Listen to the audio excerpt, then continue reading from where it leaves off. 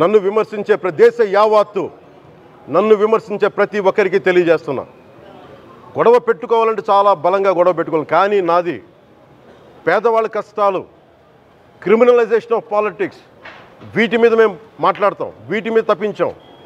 ప్రజలు బాగుండాలి, కాన్స్టిట్యూషన్ వాల్యూస్ని అప్హోల్డ్ చేయాలి, రాజ్యాంగం బాగుండాలి, వీటి కోసం తపన పడేవాళ్ళం. కానీ సెక్యులరిజం పేరు మీద, secularism is not one way, it's two way. Secularism అంటే కూర్చోబెట్టి ఒక్క సైడ్ నుంచి వచ్చేది కాదు, అన్ని సైడ్ నుంచి రావాలి. ఇది చాలా ఆవేదన కలిగిస్తుంది. కొన్ని దశాబ్దాలుగా చూస్తున్నారు ప్రతి హిందువు. దీంట్లో మిగతా మతాల ప్రస్తావన కంటే కూడా నేను ఎక్కువ ప్రస్తావన చేస్తుంది హిందూ ధర్మాన్ని పాటించి, వాళ్ళు వ్యక్తిగతంగా పాటించి బయటకు వచ్చేటప్పటికి మీడియా వారి కోసమో లేదంటే ఇంకొంత ఎవరైనా సాటిస్ఫై చేయడం కోసం తెలియదు, కానీ సాటి హిందువులు తోటి హిందువులను తిడతా ఉన్నారు. ఇది చాలా ఆక్షేపణీయం. దీంట్లో నేను ముస్లిమ్స్ నిందించట్లా, అది క్రిస్టియానిటీ నిందించట్లా, కానీ బాధ్యత తీసుకున్న హిందువుల్ని నేను నిందిస్తున్నాం. బాధ్యత మీది. మీరు యథాలాపంగా వచ్చి ఇది పొలిటికల్ పదవులు, విగ్రహాలు పోతే మేము ఇల్లు కట్టుకుంటాం, వాకిళ్ళు కట్టుకుంటాం, ఏం మాటలవి? ఇదే మీరు మస్జిద్లో జరిగితే మాట్లాడతారా? మస్జిద్లో ఇలాంటి అపవిత్రం ఒక చిన్నపాటి చోరీ జరిగితే ఇలాగే మాట్లాడతాం. ఎందుకంటే మీరు మాట్లాడరు, ఓట్లు కదా అక్కడ. కానీ హిందువులు మాట్లాడితే హిందువులు అందరికీ ఎవరు పట్టించుకోరు. ఇక్కడ ఈ సనాతన ధర్మానికి అవమానం కలిగించే వాళ్ళ గురించే మాట్లాడారు తప్ప, నిజంగా చెప్పాలంటే మన దేశంలో ఏ ముస్లిము ఏ క్రిస్టియన్ వాళ్ళు అసలు ఎప్పుడు టచ్ చేయరు ఎవరిని. అలాగే మనం కూడా వాళ్ళు టచ్ చేయం. ఎవరో ఎక్కడన్నా ఒకటే సంఘటనల వల్ల ఇదవుతుంది తప్ప, యూజువల్గా ఒక మతాన్ని ఇంకో మతం ఎప్పుడు గౌరవించుకొని బతుకుతున్నాం. అది ఈ పాటికి భారతదేశం ఏంటంటే ఎప్పుడు లాంగ్ బ్యాకే 500-600 ఏళ్ళ క్రితం కూడా చచ్చిపోయేవాడు. సో అందరూ కలిసి జీవించడం అనేది మా అందరికీ, అటు క్రిస్టియన్స్ అయినా, హిందూస్ అయినా, ముస్లిమ్స్ అయినా, సిఖ్స్ అయినా కలిసి బతకడం అనేది మనకు ఒక మన పెద్దవాళ్ళు మనకి ఇచ్చినట్టుంది. అదే కళెంబాబు చెప్పింది సనాతన ధర్మం.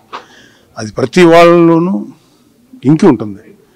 సో దాన్ని ఎవరైనా అవమానం చేసినా, ఇంకోటి చేసినా కొంచెం బాధ అనిపిస్తుంది. సో లడ్డు అనేది ఒక చిన్న, అంటే ఒక నిండిపోయినటువంటి ఈ నిర్లక్ష్యం చేయబడినటువంటి హైందవానికి, హిందూ మతానికి ఆ లడ్డు అనేది క్లైమాక్స్ లాంటిది. సో దానికి ముందు ఆ లడ్డు అనే దాంతో పాటు ఇంకా కిందకి వెళ్తే ఎన్ని దారుణాలు జరిగినాయో మా అందరికీ తెలుసు. సో నేను కూడా అప్పుడు మోడీ గారు వచ్చినప్పుడు మేము మాట్లాడిన కలికిరి సార్, అప్పుడు much before elections, Hindu temples కానీ ధార్మిక మండళ్ళు కానీ ఏదైనా సరే should be ruled by Hindus only. నా పర్సనల్ వ్యూ నేను వ్యక్తం చేశాను. ఒక హిందూగా, ఒక తిరుపతిలో ఉన్న ఒక నివాసిగా దానికి కమ్యూనల్ కలర్ లేదని నా గర్వంగా చెప్పుకోగలను. సో అది కరెక్ట్ కాదు అని చెప్పాను, అంతేగాని దానిపైన ఆయన, నేను చిన్నప్పటి నుంచి నాన్నగారి సినిమాలో ఆయన యాక్ట్ చేసినప్పటి నుంచి నేను చూసాను, నేను అంకుల్ అని సంబోధిస్తాను. ఆయన అంటే నాకు గౌరవం, అంతేగాని there is nothing controversial about it.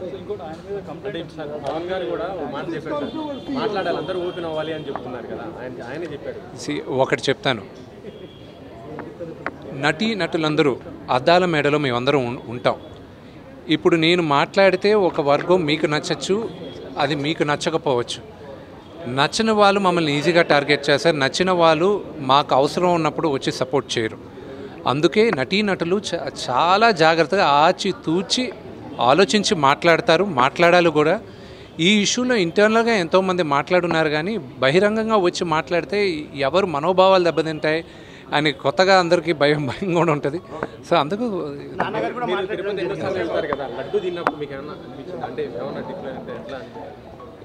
అండి, దేవుడి పైన నమ్మకంతో విషం తాగినా కూడా అది అమృతంలాగే ఉంటుంది. ఆ నమ్మకం ఏ లెవెల్లో ఉందనేది మనకి. శ్రీ పవన్ కళ్యాణ్ గారు, నేను ఇప్పుడే మీ ప్రెస్ మీట్ని చూశాను. నేను చెప్పింది ఏంటి, మీరు దాన్ని అపార్థం చేసుకుని తిప్పుతున్నదేంటి? నేను ఇప్పుడు విదేశాల్లో షూటింగ్లో ఉన్నాను. 30వ తారీఖు తర్వాత వచ్చి మీ ప్రతి మాటకి సమాధానం చెప్తాను. ఈ మధ్య మీకు వీలైతే నా ట్వీట్ని మళ్ళీ చదవండి, అర్థం చేసుకోండి ప్లీజ్.